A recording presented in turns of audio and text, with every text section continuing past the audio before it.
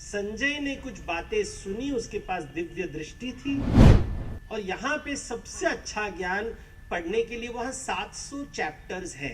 लेकिन और फिर कृष्ण हंस के सुन के बोल रहे हैं, यानी कि अगर पराये होते तो तुम आसानी से मार देते उनको। परायों को मारने में कोई तकलीफ नहीं है तुम्हें हिंसा से प्रॉब्लम नहीं है। अपनों के प्रति हिंसा जताना तुम्हें पसंद नहीं है। लेकिन जो दिगंबर होते हैं उनका कोई अपना पराया नहीं होता, इसलिए उन्हें दिगंबर कहा जाता है।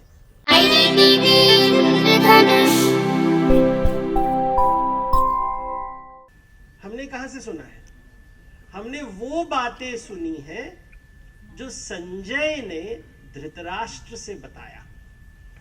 संजय ने कुछ बातें सुनी, उसके पास दिव्य दृष्टि थी।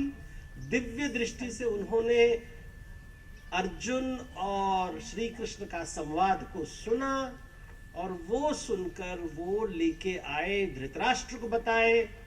वो बात व्यास ने गणेश जी को बताया, जिन्होंने उसे लिखा, अपने शिष्यों को बताया। उनमें से एक शिष्य का नाम था वैशंपायन। वैशंपायन ने ये कहानी जन्मेजय के यज्ञ में बताया, जिसे सुनकर उग्रश्रवा बहुत ही एक्साइटेड हो गए और उन्होंने वही बात अपने बेटे रोमहर्षण से कहा। रोमहर्षण ने नैमिषारण्य जो लखनऊ के पास है वहां पे ये बात बताई। उसके बाद हजारों के संख्या में लोग मौखिक और लिखित परंपरा से लेके आए और उसके बाद हमारे पास भगवत गीता पहुंची। तो कितना ट्रांसलेशन, अनुवाद, ट्रांसलेशन और ट्रांसमिशन एरर के बारे में आपने सुना होगा, बट ये गारंटी के साथ क्या लिखा था, क्या समझाया था, हम केवल विश्वास से जाते हैं। इसमें वैज्ञानिक सच तो नहीं मिलेगा, प्रमाण नहीं मिलेगा। विश्वास से हम जाते हैं कि जो भी हम पढ़ रहे हैं वो श्री कृष्ण की बोली है। और यहाँ पे सबसे अच्छा ज्ञान पढ़ने के लिए वहां 700 चैप्टर्स है, लेकिन आपको 700 चैप्टर्स पढ़ने की कोई आवश्यकता नहीं है। पहला वर्स अगर समझ जाए तो पूरा गीता का सारांश वो पहले वर्स में है और कुछ नहीं चाहिए, बाकी सब डिटेल है। पहला वर्स जो है वो डायलॉग है ना कृष्ण का, वो धृतराष्ट्र का डायलॉग है। धृतराष्ट्र जो अंधा राजा है, कौरवों का पिता है, वह कह रहा है संजय से कि मुझे बताओ, तुम्हारे दिव्य दृष्टि से तुम कुरुक्षेत्र तो पहुंच गए, यू हैव रीच्ड कुरुक्षेत्र, मुझे बताओ वहां हो क्या रहा है। इस धर्म क्षेत्र जिसे कुरुक्षेत्र कहते हैं वहां पे हो क्या रहा है। मेरे बेटों के बीच, देखिए अनुवाद बहुत इंपॉर्टेंट है यहां पे, मेरे मम पुत्र, मेरे बेटों के बीच और पांडु के पुत्रों के बीच। Translation is very important because वो कह रहा है मेरे बेटों के बीच और पांडु। अभी आप बोलोगे दीदी इसमें बड़ी बात क्या है? अगर आपने महाभारत कहानी नहीं पढ़ी है तो आप बोलोगे पांडु है कौन? फिर आप हाइपरलिंक में जाते हो और जब हाइपरलिंक में जाओगे तो वहां पे पता चलेगा कि पांडु धृतराष्ट्र का भाई है। तो अगर नॉर्मली हम ऐसे बात करें तो हम क्या बोलेंगे? देखो लड़ाई में क्या हो रहा है, मेरे बच्चे और मेरे भतीजों के बीच या मेरे भाई के बच्चों के बीच। भारत में शब्द है, भाई के बच्चों को हम आई थिंक भतीजा कहते हैं ना, चाचा भतीजा, हाँ तो भतीजा कहते हैं। तो वो भतीजा क्यों नहीं बोल रहा है? नेफ्यूज क्यों नहीं बोल रहा है? या क्यों नहीं बोल रहा है माय ब्रदर्स सन्स? क्यों पांडु सन बोल रहा है? यानी कि वो कह रहा है मेरे बच्चे और ये पराया आदमी का बच्चा। पांडु को उसने अपना भाई नहीं माना और उनके बच्चों को भी पराया। तो ये आ गया, अपने और पराये के बीच में दायरा आ गया। धृतराष्ट्र कह रहा है मेरे अपनों के साथ ये पराये जो लड़ रहे हैं, क्या हो रहा है? ये है महाभारत का स्टार्टिंग पॉइंट। अर्जुन का जो चैप्टर 1 है अर्जुन का विलाप क्या है? अर्जुन का विलाप है कि देखो मेरे तरफ मेरे रिलेटिव्स हैं, सामने वाले भी रिलेटिव्स हैं, मैं कैसे लड़ूं? इस तरफ भी मेरे और उस तरफ भी मेरे। तो धृतराष्ट्र कह रहा है इस तरफ मेरे, उस तरफ पराए। अर्जुन कह रहा है इस तरफ भी मेरे, उस तरफ भी मेरे। और फिर कृष्ण हंस के सुन के बोल रहे हैं, यानी कि अगर पराये होते तो तुम आसानी से मार देते उनको। परायों को मारने में कोई तकलीफ नहीं है तुम्हें हिंसा से प्रॉब्लम नहीं है। अपनों के प्रति हिंसा जताना तुम्हें पसंद नहीं है। तुम हिंसा से कोई प्रॉब्लम नहीं है तुम्हें। रिलेटिव्स को मारकर प्रॉपर्टी लेने में तकलीफ है, प्रॉब्लम उतना ही है। कौरव तुम्हें पराया मानते हैं, तुम कौरव को अपने मानते हो। प्रॉब्लम केवल यह है कि तुम उन्हें अपना मानते हो। अगर तुम उन्हें पराया मानते तो एक शस्त्र में सबको मार डालते, कोई टेंशन नहीं। मैं तो भगवान हूं, इसलिए वो विश्व रूप दिखाते हैं। मैं कैसे जताऊं मेरे कौन और पराये कौन? क्योंकि सब तो मुझसे निकलते हैं। ये भी मेरे, वो भी मेरे, ये भी पराया, वो भी पराया।